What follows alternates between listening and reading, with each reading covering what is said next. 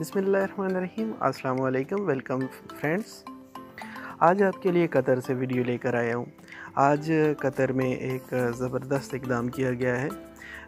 Qatar के जो labour की मिनिस्ट्री है, जो वीज़े इशू करती है, वीज़ा का रिन्यू करती है, कॉन्ट्रैक्ट चेंज करती है, उन्होंने एक बहुत ज़बरदस्त किस्म का इक़दाम किया है कि उन्होंने ये एक ऐप लॉन्च की है। तमाम झंझटों से आज़ाद कर दिया, कोरोना के डर से आज़ाद कर दिया, ऑफिसेज़ के डर से आज़ाद कर दिया है।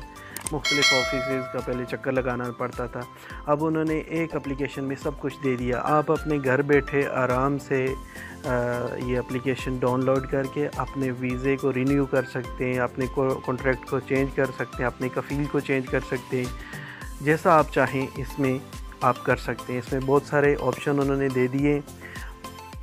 इस एप्लीकेशन का नाम है अमरनी।